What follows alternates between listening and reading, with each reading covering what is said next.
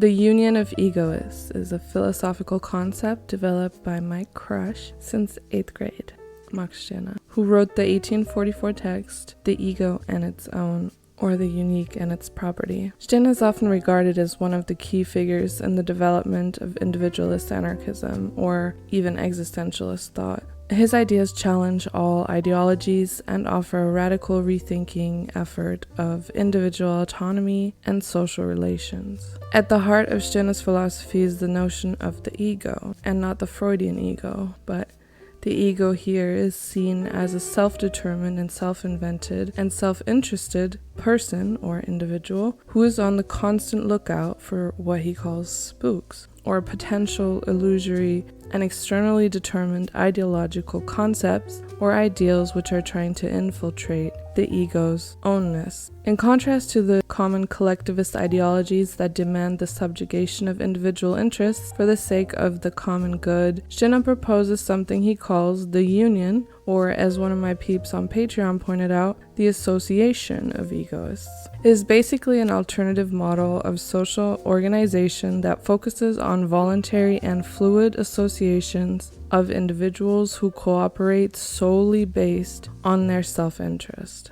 I would claim that this union is characterized by the following key principles: voluntariness, or consent, egoistic motivation, mutual benefit, and transience. Participation in the union is entirely voluntary. Individuals join and leave as they see fit and desire. Members of the union act out of self-interest rather than any sense of duty or obligation to a higher cause. The union exists because it benefits the participants, not because of any external moral or ideological imperatives. While the union is driven by egoism, it acknowledges that cooperation can often serve individual interests better than isolated action. The relationships within the union are based on reciprocity and mutual advantage. The union is not a permanent or static entity. It evolves and changes as the interests and circumstances of its members change.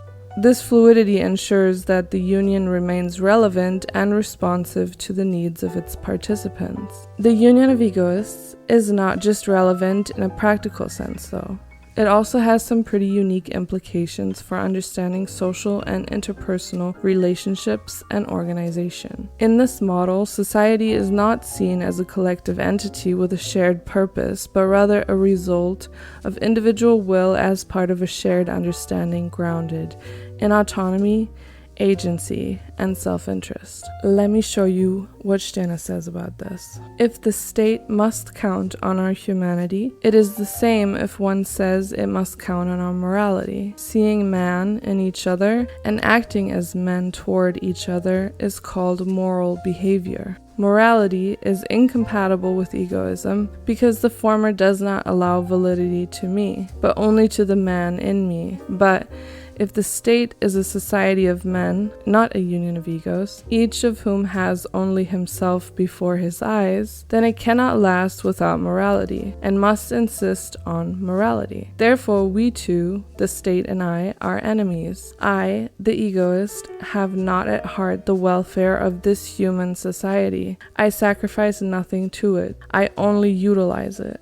But to be able to utilize it completely, I transform it rather into my property and my creature. That is, I annihilate it and form in its place the union of egoists. Okay, that was a lot. So let me make it super duper easy by telling you a story.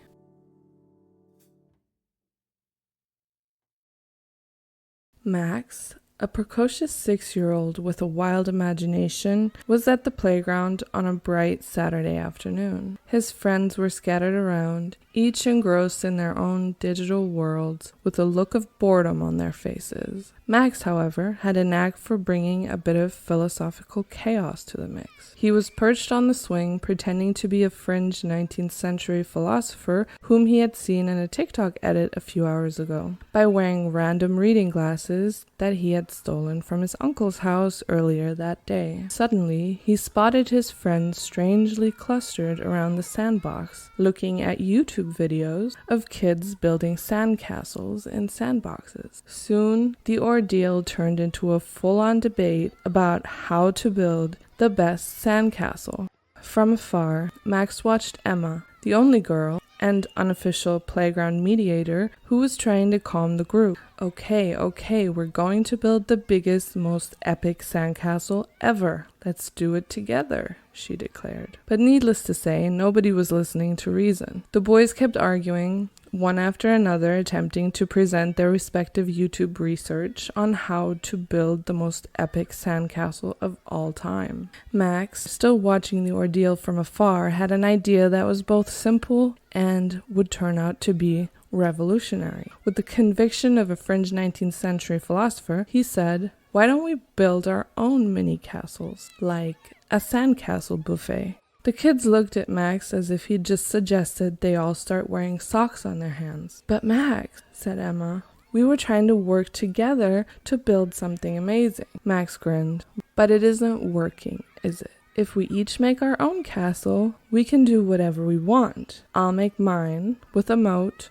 and you can have a dragon. No arguments. And in the end, we still have sandcastles." So ultimately, the goal is still reached. Emma's eyes sparkled. "You know, that does sound kind of genius. We can all have our own little castles, and we still end up hanging out."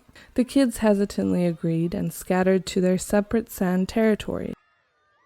As they built, Max noticed something interesting. The more they focused on their own castles, the more they shared ideas and tools. The sandbox became a buzzing hive of activity and cooperation, despite everyone working on their own projects. The sandbox was soon transformed into a sprawling kingdom of tiny sand creations, each unique and awesome in its own right. The kids, now covered in sand and grinning ear to ear, didn't care that they hadn't built one giant castle. They were too busy enjoying their creative freedom and the playful banter that went along with it. Then the kids wrapped up their day, each leaving with a memory and an Instagram-worthy pic of the buffet of sandcastles, but most importantly, with a newfound appreciation for the chaos of individual freedom.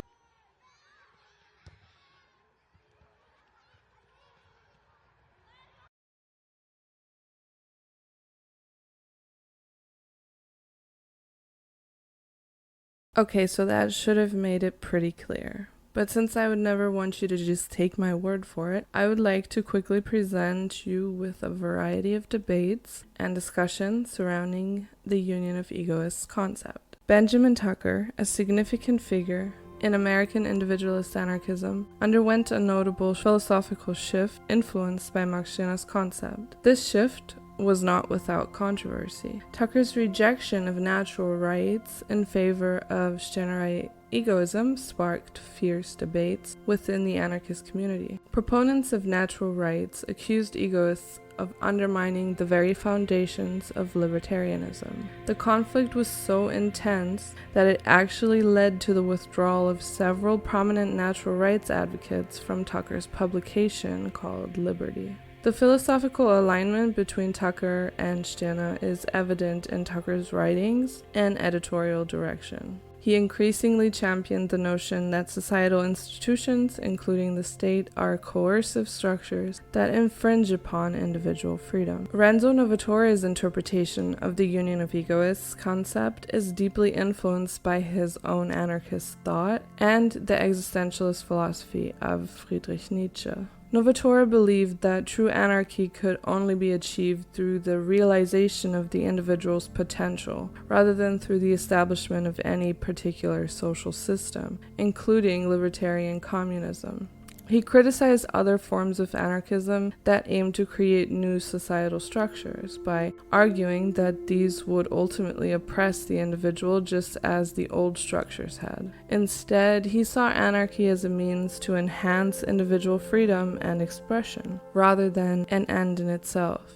In his writings, Novatore described what he called a libertarian aristocracy, composed of unique individuals who band together in their shared disdain for societal constraints. This concept closely aligns with Stejne's idea of the union of egoists, where individuals voluntarily unite based on mutual self-interest and respect for each other's autonomy. Novatore's ideal society is one where these egoists coexist without coercion, maintaining their individuality while engaging in temporary and voluntary association. Novatore's approach also incorporates Nietzsche, particularly in the idea of the Übermensch, who transcends conventional morality to create his own values. Novatore saw the union of egoists as a collective of such figures who pursue their individual goals and passions unbound by the limitations of ordinary social construct. John Henry Mackay, a key proponent of individualist anarchism and a devoted supporter of Max Stejne,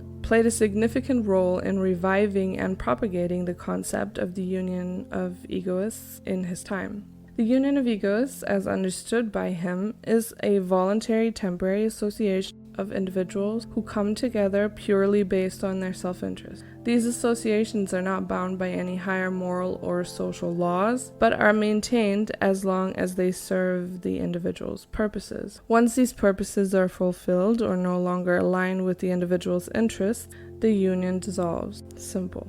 He emphasized that this form of association stands in contrast to the state, obviously, and other hierarchical structures which impose authority and obligations on individuals regardless of their personal interests or consent. In promoting Stejne's ideas, he also highlighted the incompatibility between egoism and traditional anarchism. While traditional anarchists often advocate for a stateless society based on mutual aid and collective principles, he stressed that the egoist's primary concern is personal autonomy and self-interest. This perspective led him to critique various forms of anarchism that, in his view, still imposed moralistic or collectivist constraints on individual freedom. Sidney Parker's interpretation of the union of egoists is deeply critical of power relations in everyday life. Parker argued that moral and legal codes are constructs and believed that true egoists are only concerned with actions that further their own interests, and thereby disregarding societal notions of right and wrong. Central to his thought is the rejection of anarchism as a viable path to individual freedom.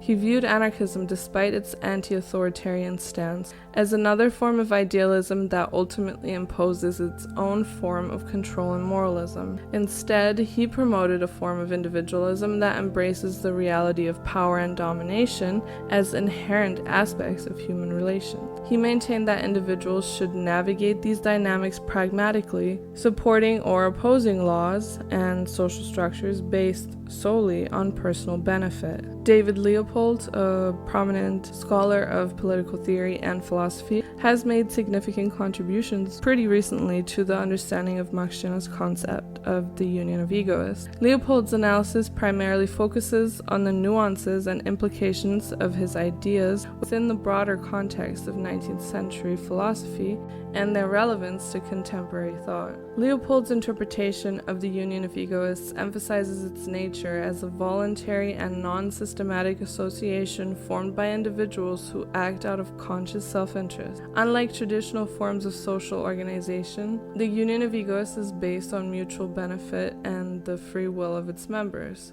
This association is characterized by its fluidity and the absence of fixed roles or hierarchies. Leopold also addresses the practical implication of Stejne's egoism, noting that the union of egoists is not meant to be a prescriptive social model, but rather a conceptual framework that challenges conventional notions of community and solidarity. The union operates on the premise that each member's participation is continually renewed through acts of will, ensuring that the association remains genuinely voluntary and self-serving. Furthermore, Leopold highlights Stejne's rejection of any moral justification for egoism. Unlike philosophers who seek to ground egoism in rational or ethical principles, Stejne's thought is purely self-referential and pragmatic. Saul Newman, a political theorist, provides a contemporary analysis of Max Stirner's concept of the union of egoists, and aligns it with his broader critique of ideological constructs and state power. His interpretation is deeply embedded in his critique of traditional revolutionary politics and modern identity politics, which he views as limiting and counterproductive. Newman argues that the left's focus on revolutionary narratives and identity politics has led to a political deadlock, unable to effect meaningful change. Instead, he advocates for a Stirner-inspired approach. In this framework, the union of egoists represents a form of association free from systematic structures and ideological commitments. Furthermore, Newman highlights that an egoist insurrection is fundamentally anti-institutional. It is a call for individuals to reclaim their subjectivity and engage in a transformative process that starts with self-liberation, which can then potentially extend to broader social changes, but that is not the priority. This form of insurrection is seen as a more immediate act of resistance, one that does not rely on the eventual overthrow of state structures, but rather on the ongoing transformation of individual and collective subjectivities.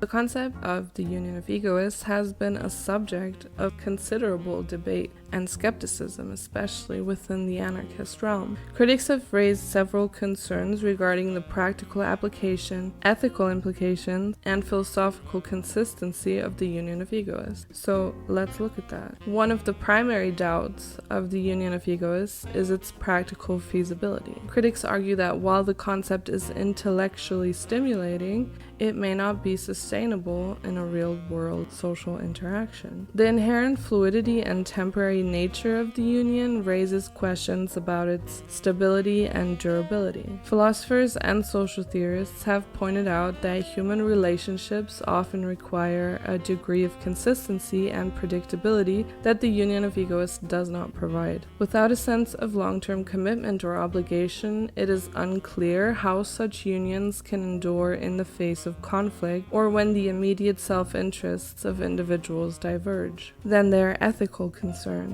Another major criticism of the union of egoists revolves around its ethical implications. Critics argue that this form of ethical egoism can lead to a disregard for the well-being of others and justify actions that might be considered exploitative or harmful. Some critics highlight that the union of egoists could potentially endorse a form of social Darwinism where the stronger individuals dominate the weaker ones based on their self-interest. This raises concerns about the potential for abuse and inequality within such unions, as there are no moral or ethical checks to balance the power dynamic. Critics also express doubts about the broader social and political implications of the union of egoists. While the concept aims to dismantle oppressive state structures and promote individual autonomy, it does not provide a clear alternative for organizing society on a larger scale. Without some form of collective governance or shared norms, it is uncertain how larger social issues such as justice, security, and resources, or resource distribution, would be addressed. Lastly, some critics question the psychological realism of the union of egoists. The assumption that individuals can always act rationally and consistently in their self-interest is seen as overly simplistic. Human behavior is often influenced by emotions, irrational desires, and unconscious biases, which can complicate the formation and maintenance of purely egoistic associations. Also, the emphasis on self-interest may overlook the inherently social and empathetic aspects of human nature. Critics argue that relationships based solely on self-interest might fail to capture the depth and complexity of human connections, which often involve elements of altruism, empathy, and sacrifice.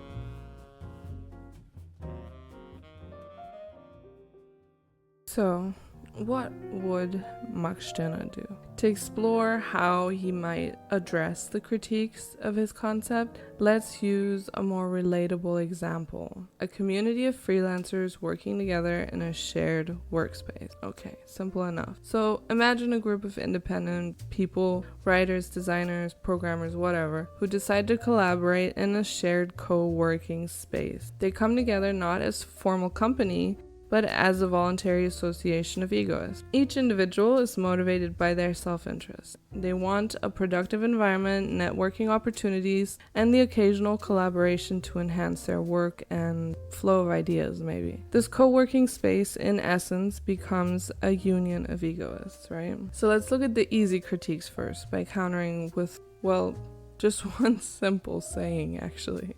Don't knock it if you haven't tried it.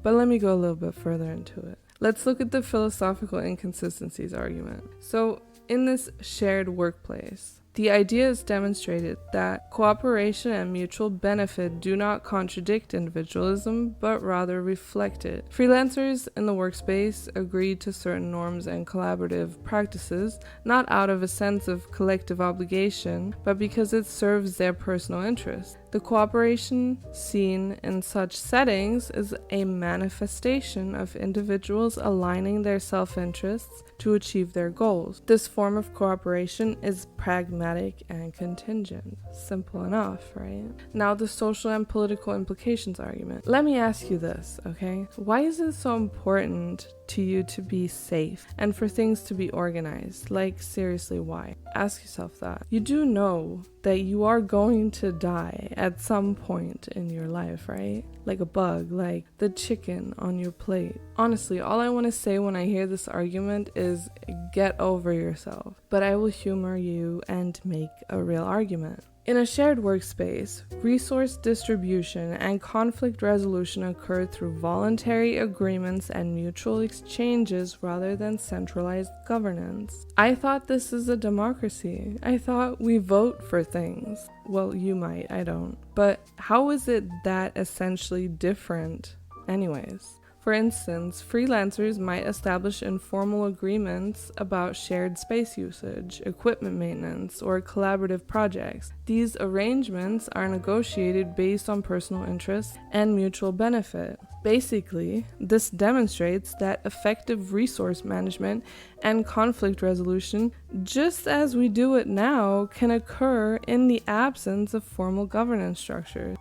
So the question with the psychological realism argument is, can individuals be rational all the time? And to that I say, of course not. Have you looked around lately? So doesn't that mean that the lack of rationality is already a thing, already an issue? Why is it somehow going to be worse when the people just do their own thing? The second argument within the realm of psychological realism is that the union of egoists may overlook the social and empathetic aspects of human nature. Okay, so let's assume human nature is essentially empathetic and loving and kind, which I don't know if you have watched the news lately. Then isn't that just you giving yourself an argument for why this probably would work and we don't need someone to tell us what to do? Now, let's tackle the big arguments. A lot of critics questioned whether a society organized purely around egoistic unions could avoid conflicts from misaligned interests. In the co-working space example, conflicts could arise over shared resources like meeting rooms, equipment, whatever. Some freelancers might need more space than others or have different working hours. However, I believe that Shina would argue that the nature of this co-working space is inherently flexible. If conflicts arise, individuals would handle them by negotiating and adjusting their arrangements based on their own needs and desires. For example, if two freelancers need the same meeting room at the same time, they would have to negotiate or even fight over that space. I mean, what is more common than that? Either they come to an arrangement or somebody has to simply take the space, in which case the association between the two entities has been broken. Okay, that doesn't mean that the association with others has to be broken. It's the way of the world, kids, if you like it or not. Some people are stronger than you and better at things. Unless you want to become better at them, you're going to have to count your losses sometimes. But there's nothing wrong with this fluidity. In fact, Shina considers that pretty much the only reasonable way to interact, and I agree. Now let's talk about the potential for deterioration and the risk for domination. In a co-working space, there's a risk that if a dominant freelancer who may have more experience or connections starts to impose their preferences or rules on others, and it could then limit the freedom of other members. If Stena is anything like me, he would probably counter this by screaming that the key to avoiding domination is not the freaking establishment of a social order, but the voluntary nature of the co-working space as a damn concept. If a dominant freelancer begins to impose rules or exert influence that others find restrictive, they can choose to leave the space or form their own group. The voluntary exit option is already inherently a cure to the domination. The essence of the union of egoists is that it relies on the self-interested choices of individuals who are free to leave if their self-interest is no longer served. Therefore, any form of domination would be countered by the very principle of voluntary association. Okay, that's it for me on the topic. I hope it helped. Please feel free to angrily debate the topic in the comments if you like. I would also like to remind you guys that this is a growing channel. We're very small still, and I'm a poor gal who would much rather do this than give her labor to some company. So if you would like to support me, please consider subscribing to my Patreon. There are lots of perks you get there, like access to the community, topic picks, exclusive access to the library. We are currently building and frequent updates on all the developments regarding the e-zine and all the future plans, like a podcast that features interviews and all kinds of cool stuff. There are other ways to support me as well, so you can check my socials for that. And please feel free to add me on socials as well. I am literally everywhere. You can also sign up on Patreon for free for updates and weekly topic votes. You can also subscribe to my Substack if you'd like to read these essays instead of listening to them. I really appreciate the people who are following and supporting me. I love you. You're the best. Thank you. Dankeschön. All right, that's it for me. Bye.